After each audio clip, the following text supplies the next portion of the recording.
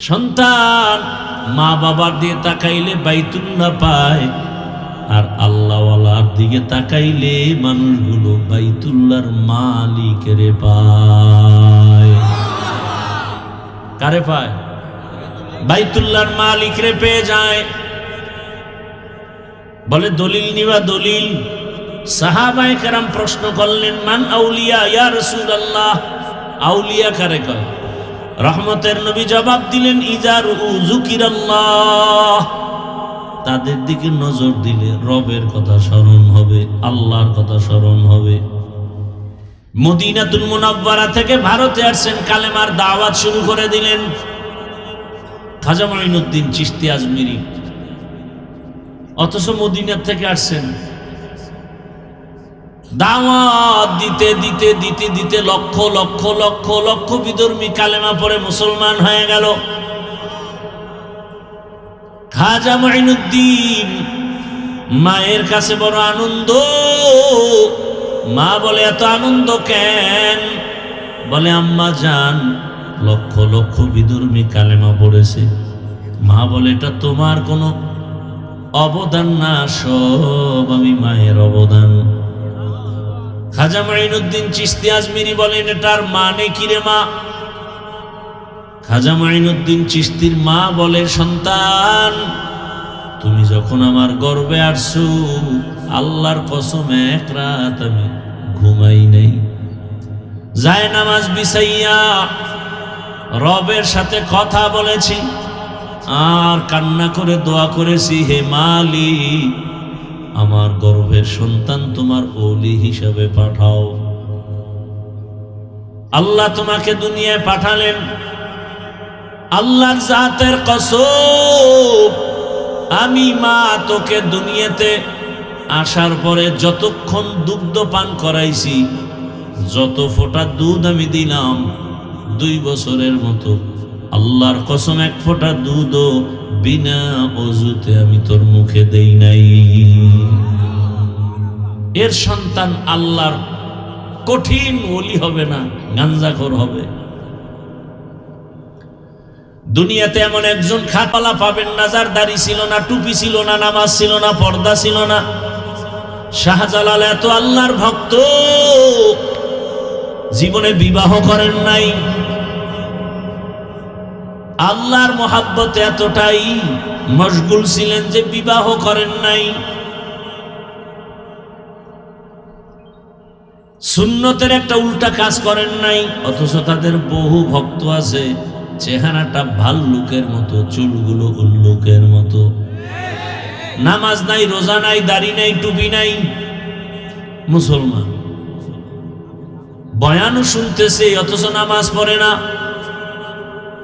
এজন্যই তো আল্লাহ বলেন, ইয়া আইয়ুহাল্লাযীনা আমানুত্তাকুল্লাহা হাক্কা তুকাতিহ, আল্লাহকে ভয় করো, ভয় করার মতো হক আদায় করে।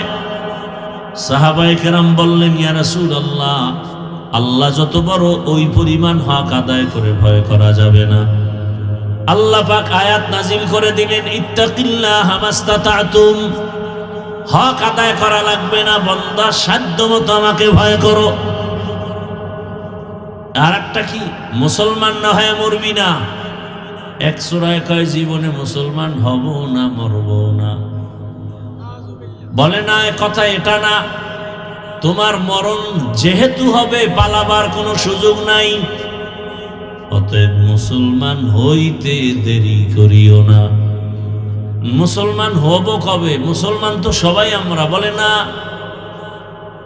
মুসলমান তো ওই ব্যক্তি যে কি বলে, বিনয়ের সাথে আল্লাহর কাছে আত্মসমর্পণ করে, ও আল্লাহ, আমার কোনো মত নাই, তোমার মত আমার মত, আমার কোনো আদর্শ নাই, তোমার হাবিবের আদর্শ আমার আদর্শ, আমি তো তোমার হাবিবের আদর্শের সৈনিক। এরে মুসলমান যুবক, দুনিয়ার কয় টাকা পাওয়ার জন্য স্লোগান দাও, আমি মুজিব সৈনিক। কয় টাকার লোভে পড়িয়া পেছনে পেছনে দৌড়াও, মা কোথায় খবর নাই, বাবা কোথায় খবর নাই, বউ কোথায় খবর নাই, সন্তান কোথায় খবর নাই। কয় টাকা পায় রাস্তায় দৌড়াও, রাতে আসো না, টেলিফোন করলে ধরো না, দুইটা নাই তিনটা নাই, বউ টেলিফোন করলে বউকে গালি দাও, কয় টাকার লোভে রাস্তায় ঘুরো। লিখে রাখ, মনে রাখবি, লিখে রাখ, ভুলে যাবে। যেই বন্ধুটারে নিয়ে জীবনটা কাটাইতেছো, একদিন ওই বন্ধু তোমার গলায় ছুরি লাগাবে। শত্রু মারা লাগবে না, শত্রু লাগবে না তোমাকে মারতে। আরে আমার যুবক, তুমি রাস্তায় স্লোগান দাও, আমি জিয়ার সৈনিক, আমি মুজিব সৈনিক, দেয় না? দেয় না? এ নিয়ে আমার তোমার সাথে তর্ক নাই। এর জবাব তুমি আর তোমার মাওলার সাথে ডিসকাস করবা। কিন্তু আমার কথা, তুমি তো মুসলমান, মুসলমান হিসাবে কয়দিন রাস্তায় নাইমা স্লোগান দিয়া বলছো আমি মদিনার রসুলের সৈনিক? কয়দিন বলছো বলো? বলা উচিত ছিল না যে আমি রসুলের সৈনিক? দুনিয়ার সবাইকে কিনতে পারো, আমাকে কিনা যাবে না। শামসুল হক ফরিদপুরি রহমাতুল্লাহ আলাইহি বলতেন, আইয়ুব খানের বলেছেন, আইয়ুব খান, টাকা দিয়া গরু কিনা যায়, শামসুল হক রে কিনা যায় না। টাকা দিয়া পশু কিনা যায়, আমি আল্লাহর বান্দা, আমাকে কিনা যাবে না। জীবন যাবে, কোনোদিন কোনো বেঈমানের সামনে মাথা নত করা হবে না। এরে যুবক, রাস্তা দিয়ে হাঁটে আর টাকা আসে, অনর্গল টাকা আসতেছে, তোমারে দেয় কেউ? হ্যাঁ, আশা করো দিবে? তুমি হলো চরম একটা বেয়াদব, চরিত্রহীন লম্পট। তোমার মা তোমাকে ভয় পায়। একটা মা একটা সন্তানকে কখন ভয় করে? সন্তান যখন চূড়ান্ত চরিত্রহীন লম্পট আর বেয়াদব হয়ে যায়। একটা শিক্ষক ছাত্রকে কখন ভয় করে? কোন ছাত্রকে ভয় করে? যেই ছাত্র চরিত্রহীন, চূড়ান্ত বেয়াদব, এমন ছাত্রকে শিক্ষক ভয় করে। কোন সভ্য সন্তানকে মা বাপ কখনো ভয় করবে না। ইয়া আইয়ুহাল্লাযীনা আমানুত্তাকুল্লাহা হাক্কা তুকাতিহি ওয়া লা তামুতুন্না ইল্লা ওয়া আনতুম মুসলিমুন। وقال النبي صلى الله عليه وآله وسلم ألا كلكم راع وكلكم مسؤول عن رعيته. صدق الله مولانا العظيم، صدق رسوله النبي الأمي الكريم، ونحن على ذلك من الشاهدين والشاكرين والذاكرين، والحمد لله رب العالمين. سبحانك لا علم لنا إلا ما علمتنا إنك أنت العليم الحكيم. رب اشرح لي صدري ويسر لي أمري واحلل عقدة من لساني يفقه قولي. सूरज ने दिया अपनी शुआओं को ये पैगाम, सूरज ने दिया अपनी शुआओं को ये पैगाम। दुनिया है अजब चीज़, कभी सुबह कभी शाम। दुनिया है अजब चीज़, कभी सुबह कभी शाम। दुनिया में हो दुनिया का तलबगार नहीं हो, दुनिया में हो दुनिया का तलबगार नहीं हो। बाजार से गुजर हो खरीदार नहीं हो, बाजार से गुजर हो खरीदार नहीं हो। मकबूल है शाज़ है काबिल तो बहुत है, मकबूल है शाज़ है काबिल तो बहुत है। आईना के मानंदे तू नहीं दिल तो बहुत है, आए ना के मानिंदे तू नहीं दिल तो बहुत है। আল্লাহ পাকের দরবারে শুকর যে আল্লাহ পাক আমাদেরকে সুস্থ রেখেছেন, আলহামদুলিল্লাহ। ভাই ভলিউম বাড়াও, মনিটরের সাউন্ড বাড়াও। জীবনের অমূল্য সম্পদ আমাদের সুস্থতা। আল্লাহ আমাদের এই সুস্থতাকে দায়েমান কবুল করেন। তোমার ভলিউম বাড়াইলে কষ্ট হয়, হ্যাঁ? ওলামায়ে কেরাম আলোচনা করেছেন। ইকো বন্ধ করো, ইকো দিও না, রিভাব দাও। ইনশাআল্লাহ আমার পরে ওলামায়ে, সাউন্ডটা ভালো ছিল, এরপরে ডিস্টার্ব করতেছে। এতক্ষণ যেভাবে ছিল ওইভাবে দাও, শুধু ভলিউম বাড়াও।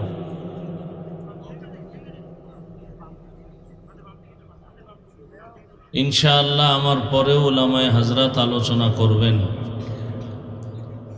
শেষ দোয়া পর্যন্ত সবাইকে এখানে উপস্থিত থেকে ওলামায়ে কেরামদের কথা শুনে যাওয়ার মতো তৌফিক দান করেন।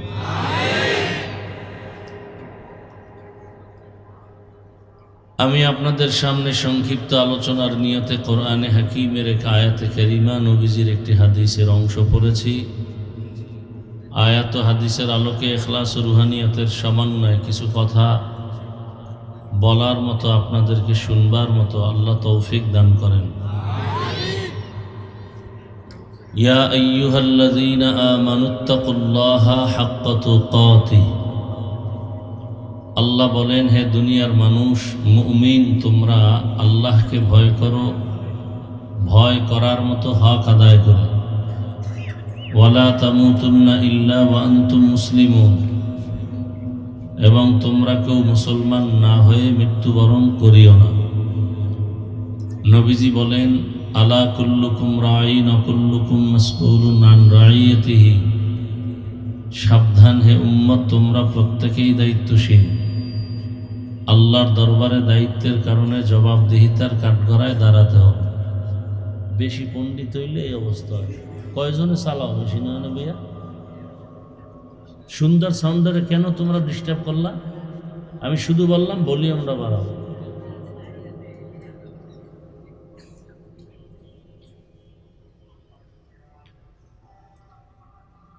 রসুল বলেন, কিয়ামতের ময়দানে সকলকেই আসামির কাঠগড়ায় দাঁড়াতে হবে। সাহাবী প্রশ্ন করলেন, ইয়া রাসূলুল্লাহ, দায়িত্বশীল হয়ে দাঁড়াবে, দায়িত্বশীল কে এবং কার উপরে দায়িত্ব? নবীজি বললেন, অধীনস্থদের যিনি গার্ডিয়ান হবেন, কর্তা হবেন, তিনি হবেন অধীনস্থদের দায়িত্বশীল। বিস্তারিত রসুল বললেন, যেমন প্রত্যেক সন্তান মা বাবার অধীন, মা বাপ সন্তানের দায়িত্বশীল। ছাত্রদের দায়িত্বশীল শিক্ষক, প্রত্যেক মুসল্লিদের দায়িত্বশীল ইমাম ও খতিব। মুসল্লিদের দায়িত্বশীল কারা? তো কমিটি কেন? মসজিদে কমিটি নাই? পুরা মুসল্লিদের দায়িত্ব হলো ইমাম ও খতিবদের, তারা দায়িত্বশীল। কমিটি কেন? কমিটি বিল্ডিংয়ের দায়িত্বশীল, ঘরের দায়িত্বশীল। ঘর সুন্দর করবে, এসির ব্যবস্থা করবে, কার্পেটের ব্যবস্থা করবে, মসজিদ সুন্দরভাবে মুসল্লি নামাজ পড়তে পারে, অল টাইম খোলা রাখবে, পথিক নামাজ পড়তে আসবে, দারোয়ান রেখে দিবে যেন কখনো মসজিদে ইবাদত বন্ধ না থাকে। এখন হুজুর্গ দায়িত্ব নেই, সব হুজুর্গ দায়িত্ব নিয়ে নিছে কমিটি। ইমামরাও সাইজ করে কমিটি, মুয়াজ্জিনরাও সাইজ করে কমিটি, খতিবরে সাইজ করে কমিটি। আছে না নেই? এখান থেকে যে কবে স্বাধীন হবে বাংলাদেশ আল্লাহ ভালো জানেন। আল্লাহ হেদায়েতের দৌলত দান করেন।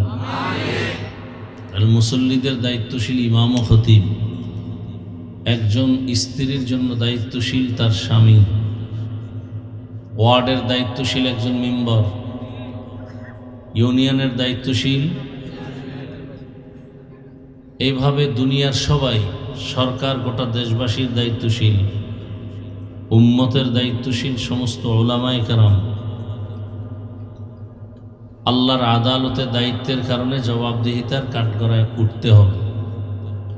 ভিন্ন আরেকজন সাহাবী বললেন, ইয়া রাসূলুল্লাহ, আমার অধীনে তো কেউ নাই, মা বাবা ভাই বোন স্ত্রী পরিবার কেউ নেই, আমি একা, আমিও কারো অধীনে নাই, আমার কি দায়িত্ব? নবীজি বললেন, আপনার অঙ্গ প্রত্যঙ্গের দায়িত্বশীল আপনি। আল্লাহ দুটো হাত দিছেন, দুটো পা দিছেন, দুটো চোখ দিছেন, এগুলো আল্লাহ পাক অনর্থক দেন নাই। আল্লাহ পাক এগুলোকে এক একটা কাজের জন্য দিয়েছেন। পা দিয়েছেন কেন? হাঁটার জন্য। চোখ দিয়েছেন কেন? দেখার জন্য। জবান দিয়েছেন কেন? কান দিয়েছেন কেন? শোনার জন্য। তাই মনে যা চায় তাই শুনব, মনে যা চায় তাই খাবো না, এগুলো ডিউটি আছে। আল্লাহ যেভাবে যতটুকু শুনতে বলছেন ওভাবে অতটুকুই শুনতে হবে। এ কারণে আল্লাহ পাক কিয়ামতের দিনে অঙ্গ প্রত্যঙ্গের হিসাবও আল্লাহ নেবেন। আল-ইয়াওমা নাখতিমু আলা আফওয়াহিহিম ওয়া তুকাল্লিমুনা আইদিহিম ওয়া তাশহাদু আরজুলুহুম বিমা কানু ইয়াকসিবুন। দস্তগোয়াদ মঞ্চুনি দুজদিদা আম লব্বগুয়াদ মঞ্চুনি বুসিদা আম চশমগুয়াদ চিদা আম গমজা হারাম গোশগুয়াদ চিদা আম সমরুল কালাম। আল্লাহ বলবেন, তোমার অঙ্গ প্রত্যঙ্গের দায়িত্ব কি ঠিকমতো পালন করছো? বান্দা না করেও বলবে করেছে।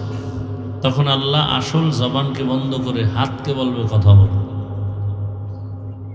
হাত কথা বলবে। আসলে কি হাত কথা বলতে পারে? কি আপনাদের হাত কথা বলতে পারে? পারে না। কিন্তু মুমিনের আকীদা থাকতে হবে যে আল্লাহর কুদরতে সব পারে। যেটা কোনো দিন সম্ভব না সেটা আমার আল্লাহর কুদরতের দ্বারা সম্ভব। এই কথাটা মনে রাখলে ওলিয়া উলিয়াদের কারামতকে যারা বৃদ্ধাঙ্গুলি দেখায়, এই প্রশ্নের জবাব হল হয়ে যাবে। সাউন্ডটা ঠিক করো ভাই, সাউন্ড উপরে উঠাও, ক্লিয়ার করো।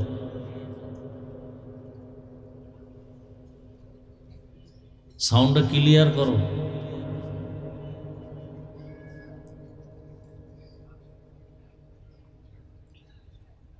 তো কি কথা বলতেছিলাম? হাত কথা বলবে। গাছ কথা বলতে পারে? গাছ পারে না। এটাই সত্য, এটাই বাস্তব। মুমিনের আকীদা আল্লাহর কুদরতে বলে। পাথর কথা বলতে পারে? পারে না। আল্লাহর কুদরতে পারে। আল্লাহ কুদরত দিবেন কিভাবে? জমিনে নেমে আসবেন, কোন একটা মাধ্যমে দেখাবেন। এটাই অবিশ্বাস্য এবং অলৌকিক ঘটনা। এটাকে বলে কি ঘটনা?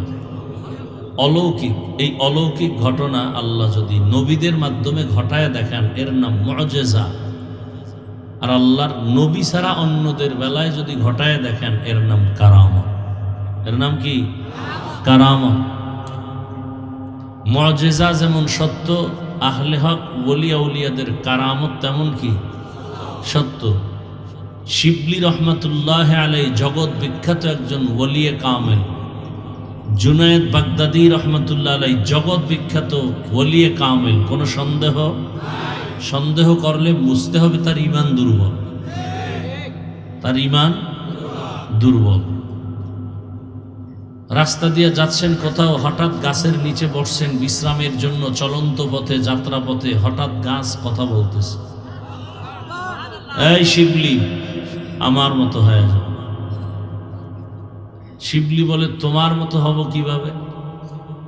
বলে, দেখো তো আমার শরীরের প্রত্যেকটা অংশের মধ্যে ক্ষতবিক্ষত ঢিল মারার দাগ, বেতের বাড়ির দাগ। প্রচন্ড বেগে আমার উপরে আঘাত আসতেছে, প্রচন্ড। কিন্তু তাকায় দেখো, এই আঘাতের প্রতিবাদে আমি কাউকে আঘাত করি না, বরং আমি সব মানুষকে সময় মতো ভিটামিন ফল উপহার দেই। ভিটামিন ফল।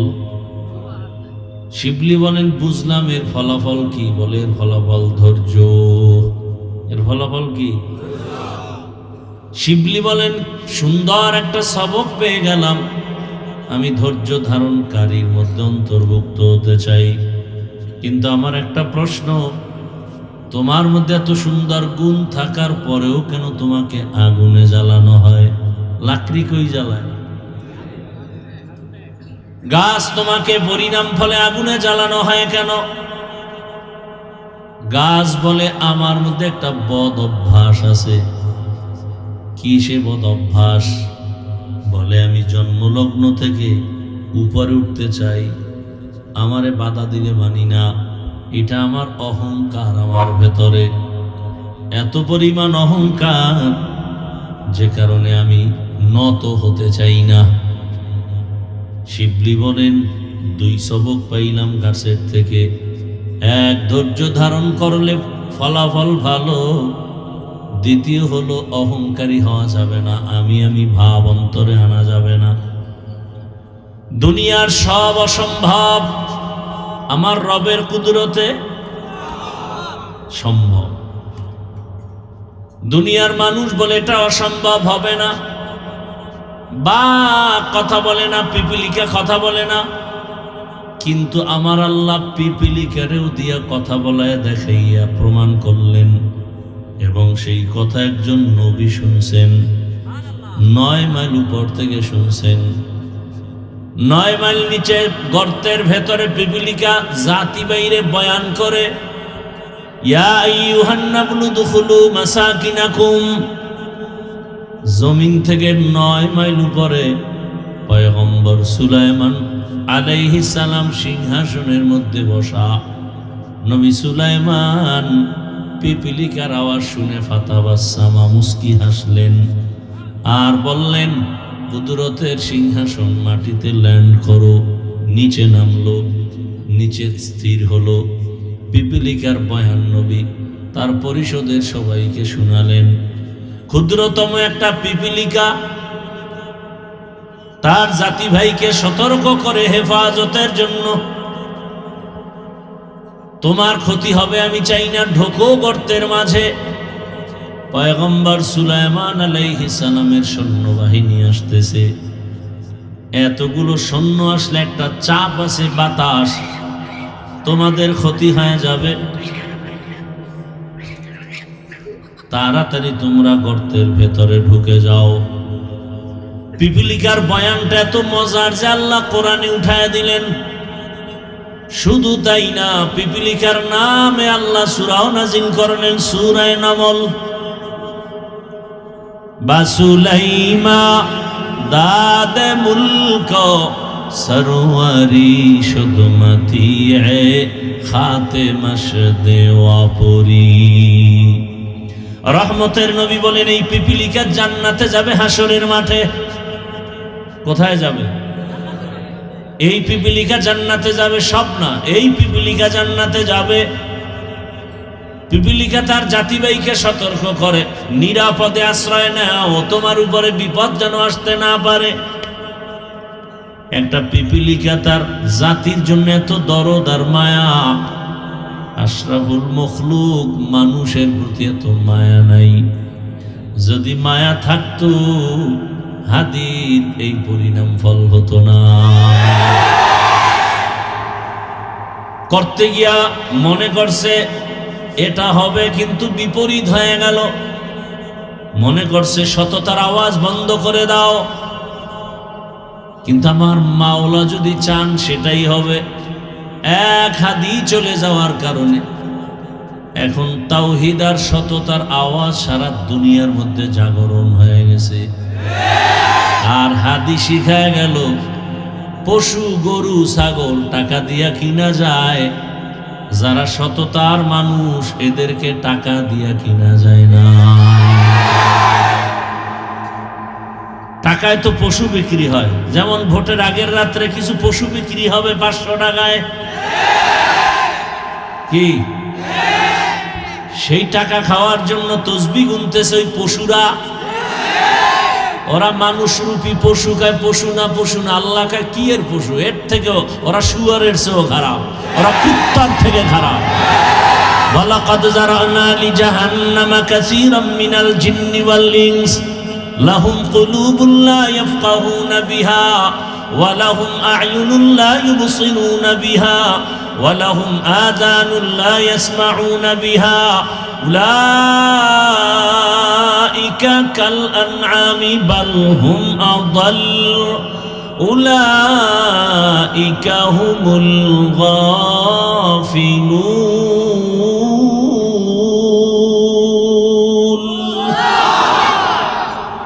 এরা মানুষ না, সূরাতে মানুষ, ভেতরটা কুকুর থেকেও খারাপ, পশুর চরিত্র হার মানায়।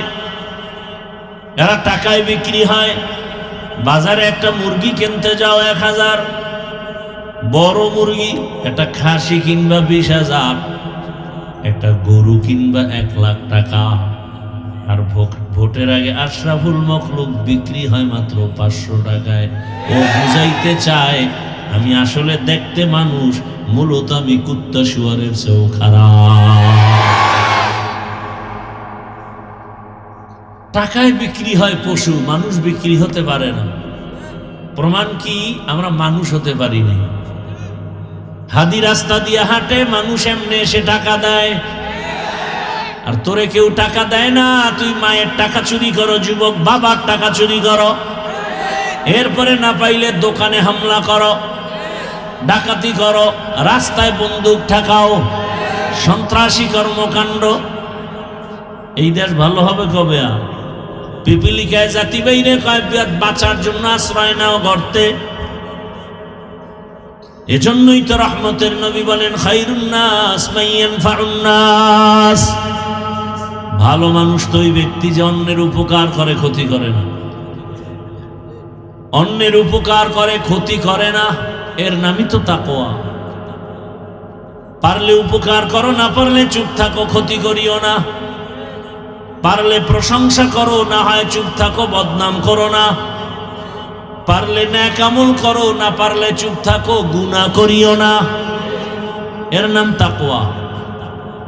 আল্লাহর রাসূল বলেন ক্বালান নবী সাল্লাল্লাহু আলাইহি ওয়া আলিহি ওয়াসাল্লাম ইত্তাকিল মাহারিম তাকুন আ'বাদান নাস। হারাম অবৈধ জিনিস থেকে নিজেরে বাঁচাও, আল্লাহ তোমার মর্যাদাকে অনেক বাড়ায় দিবেন। নিষিদ্ধ জিনিস থেকে বাঁচো। বলে কেমন? বলে চোখ দিয়া দেখো দেখো দেখো, আল্লাহ যা দেখতে নিষেধ করেছেন তার থেকে বাঁচো। স্বাধীনতা নাই, চোখ আছে দেখার জন্য, তার মানে যা মনে চায় তাই দেখবা স্বাধীনভাবে? না, স্বাধীনভাবে জীবন চালানের এই জীবনের কোনো মূল্য নাই। মনে যেমন চায় তেমন চলা, এর নাম স্বাধীন চলা। মনে চায় বিড়ি টানবা টানো, মনে চায় টুপি পরবা পরো, মনে চায় টুপি খুলে ফেলবা খোলো, মনে চায় চুল রাখবা রাখো, মনে চায় রাখবা না কেটে ফেলো। এই স্বাধীন জীবনের কোনো দাম নাই। মনে যেমন চায় তেমন কোনো প্রতিষ্ঠান চালাইলেও প্রতিষ্ঠান টিকে না। মনে যেমন চায় তেমন যদি মনের মতো নফসের গোলাম হয়া দুনিয়ার যা চালাবে সে ধ্বংস। এজন্য আল্লাহ সীমাবদ্ধতা দিয়া দিছেন। চোখ দিয়া দেখো, মনের মতো দেখো, তবে বেগানারে দেখবা না। কান দিয়া শুনো, তবে গীবতের আওয়াজ শুনবা না। মনে চায় খাও খাও, কিন্তু হারাম মদের বোতল হাতে নিয়ে মুখে দিও না। মনে চায় তুমি হাঁটো, হাঁটার জন্য আল্লাহ পা দিছেন, তার মানে মসজিদ বাদ দিয়ে মন্দিরে যাওয়া, গির্জায় যাওয়া, মদের আড্ডায় টাসের আড্ডায় যাওয়া, জুয়ার আড্ডায় যাওয়া, এটা হবে না। ইত্তাকিল মাহারিম। কান দিয়া শুনবা, তবে গীবতের আওয়াজ শোনা যাবে না, গালির আওয়াজ শোনা যাবে না। জবান দিয়ে কথা বলো, যত মনে চায় বলো, তবে গালির আওয়াজ দেওয়া যাবে না, গীবত বলা যাবে না, মিথ্যা বলা যাবে না। তেলাওয়াত করো, জিকির করো, এর নাম তাকওয়া। চোখ দিয়ে দেখো, মাকে দেখো সওয়াব, বাবাকে দেখো সওয়াব, বাইতুল্লাহ দেখো সওয়াব, কোরআনটা খুলে দেখো সওয়াব, আল্লাহর কুদরত জমিন ও আসমান তাকায় দেখো সওয়াব। নবীর জায়গায় ওয়ারাসাতুল আম্বিয়া উলামায়ে কেরাম আছে, তাদের দেখো সওয়াব। হাকিমুল উম্মত, মুজাদ্দিদুল মিল্লাত, শাহ আশরাফ আলী থানবী ফারুকী রাহমাতুল্লাহ আলাইহি আমার দেশে যখন আসছেন, আমার দেশের উলামায়ে কেরাম প্রশ্ন করলেন, হযরত, মা বাবার দিকে মুহাব্বতের নজরে সন্তান তাকালে কবুল হজের সওয়াব, বাইতুল্লাহর জিয়ারতের সওয়াব, কি বাইতুল্লাহর তাওয়াফের সওয়াব, জিয়ারতের সওয়াব, মা বাবার দিকে কে তাকাবে?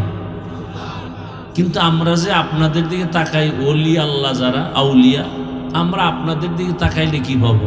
সন্তান মায়ের দিকে তাকাইলে বাইতুল্লাহর জিয়ারতের সওয়াব পাবে, বাইতুল্লাহ পাবে, হজের সওয়াব পাবে, বাবার দিকে তাকাইলে পাবে। আমরা আপনাদের দিকে তাকাইলে কি পাবো? হাকিমুল উম্মত শাহ আশরাফ আলী থানবী রাহমাতুল্লাহ আলাইহি বলেন, সন্তান মা বাবার দিকে তাকাইলে বাইতুল্লাহ পায়, আর আল্লাহওয়ালার দিকে তাকাইলে মানুষগুলো বাইতুল্লাহর মালিকের পায়। কারে পায়? বাইতুল্লাহর মালিকরে পেয়ে যায়। বলে দলিল নিবা, দলিল। সাহাবায়ে কেরাম প্রশ্ন করলেন, মান আউলিয়া ইয়া রাসূলুল্লাহ, আউলিয়া কারে কয়? রহমতের নবী জবাব দিলেন, ইজার যুকিরাল্লাহ, তাদের দিকে নজর দিলে রবের কথা স্মরণ হবে, আল্লাহর কথা স্মরণ হবে। মদিনাতুল মুনাওয়ারা থেকে ভারতে আসছেন, কালেমার দাওয়াত শুরু করে দিলেন খাজা মাইনুদ্দিন চিশতি আজমিরি, অথচ মদিনা থেকে আসছেন। দাওয়াত দিতে দিতে দিতে দিতে লক্ষ লক্ষ লক্ষ লক্ষ বিধর্মী কালেমা পড়ে মুসলমান হয়ে গেল। খাজা মাইনুদ্দিন মায়ের কাছে বড় আনন্দ। মা বলে, এত আনন্দ কেন? বলে, আম্মা জান, লক্ষ লক্ষ বিধর্মী কালেমা পড়েছে। মা বলে, এটা তোমার কোনো অবদান না, সব আমি মায়ের অবদান। খাজা মাইনুদ্দিন চিশতি আজমিরি বলেন, এটার মানে কি রে মা? খাজা মাইনুদ্দিন চিশতির মা বলে, সন্তান, তুমি যখন আমার গর্ভে আসছো, আল্লাহর কসম এক রাত আমি ঘুমাই নাই, যায় নামাজ বিছাইয়া রবের সাথে কথা বলেছি, আর কান্না করে দোয়া করেছি, হে মালিক, আমার গর্ভের সন্তান তোমার ওলি হিসাবে পাঠাও।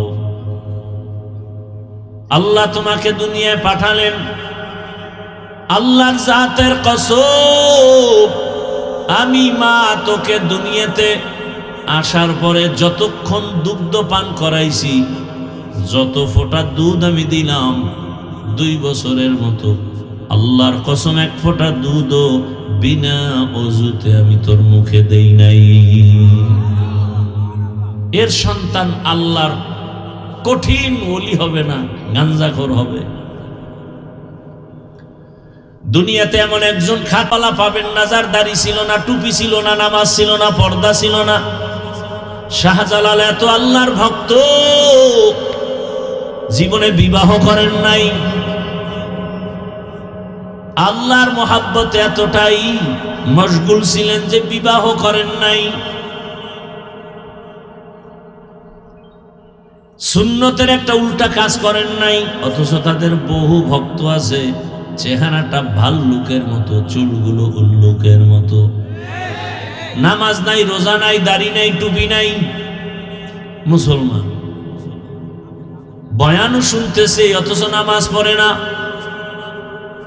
এজন্যই তো আল্লাহ বলেন, ইয়া আইয়ুহাল্লাযীনা আমানুত্তাকুল্লাহা হাক্কা তুকাতিহ, আল্লাহকে ভয় করো, ভয় করার মতো হক আদায় করে। সাহাবায়ে কেরাম বললেন, ইয়া রাসূলুল্লাহ, আল্লাহ যত বড় ওই পরিমাণ হক আদায় করে ভয় করা যাবে না। আল্লাহ পাক আয়াত নাজিল করে দিলেন, ইত্তাকিল্লাহা মাস্তাতা'তুম, হক আদায় করা লাগবে না, বান্দা সাধ্য মতো আমাকে ভয় করো। আর একটা কি, মুসলমান না হয়ে মরবি না। এক সূরায় কয় জীবনে মুসলমান হব না, মরব না। বলে না, কথা এটা না, তোমার মরণ যেহেতু হবে, পালাবার কোনো সুযোগ নাই। অতএব মুসলমান হইতে দেরি করিও না। মুসলমান হব কবে? মুসলমান তো সবাই আমরা, বলে না। মুসলমান তো ওই ব্যক্তি যে কি বলে, বিনয়ের সাথে আল্লাহর কাছে আত্মসমর্পণ করে, ও আল্লাহ, আমার কোনো মত নাই, তোমার মত আমার মত, আমার কোনো আদর্শ নাই, তোমার হাবিবের আদর্শ আমার আদর্শ, আমি তো তোমার হাবিবের আদর্শের সৈনিক। এরে মুসলমান যুবক, দুনিয়ার কয় টাকা পাওয়ার জন্য স্লোগান দাও আমি মুজিব সৈনিক, কয় টাকার লোভে পড়িয়া পেছনে পেছনে দৌড়াও, মা কোথায় খবর নাই, বাবা কোথায় খবর নাই, বউ কোথায় খবর নাই, সন্তান কোথায় খবর নাই। কয় টাকা পায় রাস্তায় দৌড়াও, রাতে আসো না, টেলিফোন করলে ধরো না, দুইটা নাই তিনটা নাই, বউ টেলিফোন করলে বউকে গালি দাও। কয় টাকার লোভে রাস্তায় ঘুরো।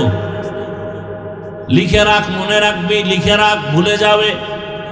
যেই বন্ধুটারে নিয়ে জীবনটা কাটাইতেছো, একদিন ওই বন্ধু তোমার গলায় ছুরি লাগাবে। শত্রু মারা লাগবে না, শত্রু লাগবে না তোমাকে মারতে। এরে আমার যুবক, তুমি রাস্তায় স্লোগান দাও আমি জিয়ার সৈনিক, আমি মুজিব সৈনিক, দেয় না দেয় না? এ নিয়ে আমার তোমার সাথে তর্ক নাই, এর জবাব তুমি আর তোমার মাওলার সাথে ডিসকাস করবা। কিন্তু আমার কথা, তুমি তো মুসলমান, মুসলমান হিসাবে কয়দিন রাস্তায় নাইমা স্লোগান দিয়া বলছো আমি মদিনার রসুলের সৈনিক? কয়দিন বলছো বলো? বলা উচিত ছিল না যে আমি রসুলের সৈনিক? দুনিয়ার সবাইকে কিনতে পারো, আমাকে কিনা যাবে না। শামসুল হক ফরিদপুরি রহমাতুল্লাহ আলাইহি বলতেন, আইয়ুব খানের বলেছেন, আইয়ুব খান, টাকা দিয়া গরু কিনা যায়, শামসুল হক রে কিনা যায় না। টাকা দিয়া পশু কিনা যায়, আমি আল্লাহর বান্দা, আমাকে কিনা যাবে না। জীবন যাবে, কোনোদিন কোনো বেঈমানের সামনে মাথা নত করা হবে না। এরে যুবক, রাস্তা দিয়ে হাঁটে আর টাকা আসে, অনর্গল টাকা আসতেছে, তোমারে দেয় কেউ? হ্যাঁ, আশা করো দিবে? তুমি হলো চরম একটা বেয়াদব, চরিত্রহীন লম্পট। তোমার মা তোমাকে ভয় পায়। একটা মা একটা সন্তানকে কখন ভয় করে? সন্তান যখন চূড়ান্ত চরিত্রহীন লম্পট আর বেয়াদব হয়ে যায়। একটা শিক্ষক ছাত্রকে কখন ভয় করে? কোন ছাত্রকে ভয় করে? যেই ছাত্র চরিত্রহীন, চূড়ান্ত বেয়াদব, এমন ছাত্রকে শিক্ষক ভয় করে। কোন সভ্য সন্তানকে মা বাপ কখনো ভয় করবে না। তাহলে আমার সমাজ এখন কোন পর্যায়ে যে মা সন্তানকে কিছু বলতে পারে না, বললেই মাকে গালি শুরু, বেশি কিছু বললে মাকে মারবে, বাবাকে মেরে ফেলবে।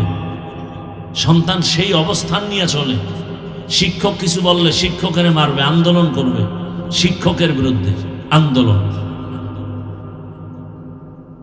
ইসলামে তো এই আদব শিখায় নেই।